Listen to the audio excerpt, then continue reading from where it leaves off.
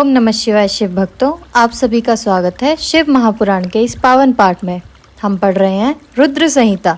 यह आधारित है गीता प्रेस गोरखपुर की दिव्य प्रस्तुति पर। आज का अध्याय है स्वयंभू मनु और शतरूपा की, ऋषियों की तथा दक्ष कन्याओं की संतानों का वर्णन तथा सती और शिव की महत्ता का प्रतिपादन। ब्रह्मा जी कहते हैं, नारद, तदंतर मैंने शब्द, तन्मात्रा आदि सूक्ष्म भूतों को स्वयं ही पंचीकृत करके अर्थात उन पांचों का परस्पर सम्मिश्रण करके उनसे स्थूल आकाश, वायु, अग्नि, जल और पृथ्वी की सृष्टि की। पर्वतों, समुद्रों और वृक्षों आदि को उत्पन्न किया। कला से लेकर युग पर्यंत जो काल विभाग हैं उनकी रचना की। मुने उत्पत्ति और विनाश वाले और भी बहुत से पदार्थों का मैंने निर्माण किया, परंतु इससे मुझे संतोष नहीं हुआ। तब सांब शिव का ध्यान करके मैंने साधन परायण पुरुषों की सृष्टि की। अपने दोनों नेत्रों से मरीचि को, हृदय से भृगु को, सिर से अंगिरा को, व्यान वायु से मुनिश्रेष्ठ पुलह को, उदान वायु से पुलत्स्य को, समान वायु से वशिष्ठ को, अपान से कृतु को, दोनों कानों से अत्रि को, प्राणों से दक्ष को, गोद से तुमको, छाया से कर्दम मुनि को और संकल्प से समस्त साधनों के साधन धर्म को उत्पन्न किया। मुनिश्रेष्ठ, इस तरह इन उत्तम साधकों की सृष्टि करके महादेव जी की कृपा से मैंने अपने आप को कृतार्थ माना। तत्पश्चात संकल्प से उत्पन्न हुए धर्म मेरी आज्ञा से मानव रूप धारण करके साधकों की प्रेरणा से साधन में लग गए। इसके बाद मैंने अपने विभिन्न अंगों से देवता, असुर आदि के रूप में असंख्य पुत्रों की सृष्टि करके उन्हें भिन्न भिन्न शरीर प्रदान किए। मुने, तदंतर अंतर्यामी भगवान शंकर की प्रेरणा से अपने शरीर को दो भागों में विभक्त करके मैं दो रूप वाला हो गया। नारद, आधे शरीर से मैं स्त्री हो गया और आधे से पुरुष। उस पुरुष ने उस स्त्री के गर्भ से सर्व साधन समर्थ उत्तम जोड़े को उत्पन्न किया। उस जोड़े में जो पुरुष था वही स्वयंभू मनु के नाम से प्रसिद्ध हुआ।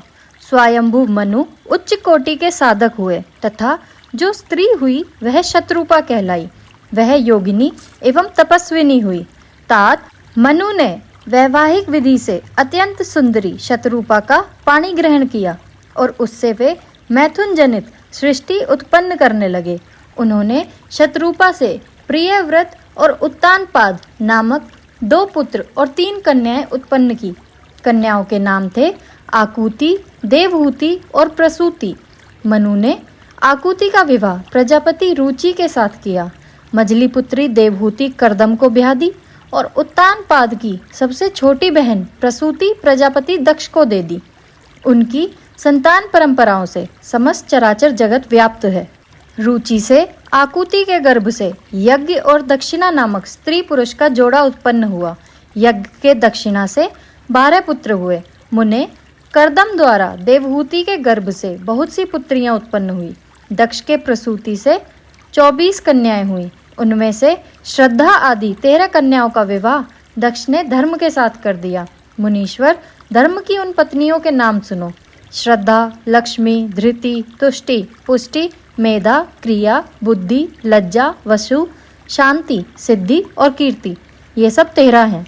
इनसे छोटी जो शेष 11 सुलोचना कन्याएं थीं, उनके इस प्रकार नाम हैं: ख्याति, सती, संभूति, स्मृति, प्रीति, शक्मा, सन्नति, अनसूया, ऊर्जा, स्वाहा तथा स्वधा। भृगु, शिव, मरीचि, अंगिरा मुनि, पुलत्स्य, पुलह, मुनिश्रेष्ठ कृतु, अत्रि, वशिष्ठ, अग्नि और पितरों ने क्रमशः इन ख्याति आदि कन्याओं का पाणी ग्रहण किया। भृगु आदि मुनिश्रेष्ठ साधक हैं।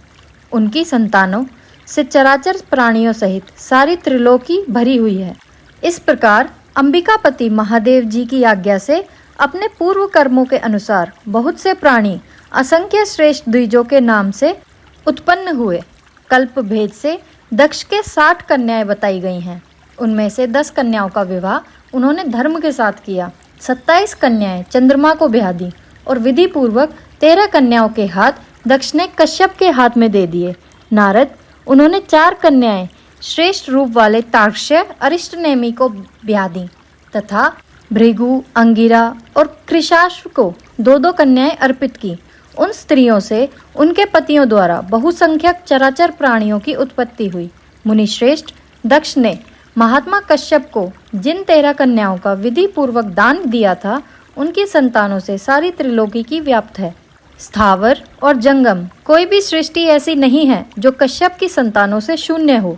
देवता, ऋषि, दैत्य, वृक्ष, पक्षी, पर्वत तथा तृणलता आदि सभी कश्यप पत्नियों से पैदा हुए हैं। इस प्रकार दक्ष कन्याओं की संतानों से सारा चराचर जगत व्याप्त है।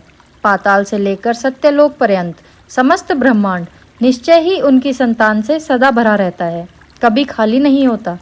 इस तरह भगवान शंकर की आज्ञा से ब्रह्मा जी ने भली भांति सृष्टि की रचना की। पूर्व काल में सर्वव्यापी शंभु ने जिन्हें तपस्या के लिए प्रकट किया था तथा रुद्रदेव ने त्रिशूल के अग्रभाग पर रखकर जिनकी सदा रक्षा की है, वे ही सती देवी लोकहित का कार्य संपादित करने के लिए दक्ष से प्रकट हुई थी। उन्होंने भक्तों के उद्धार के लिए अनेक लीलाएं की।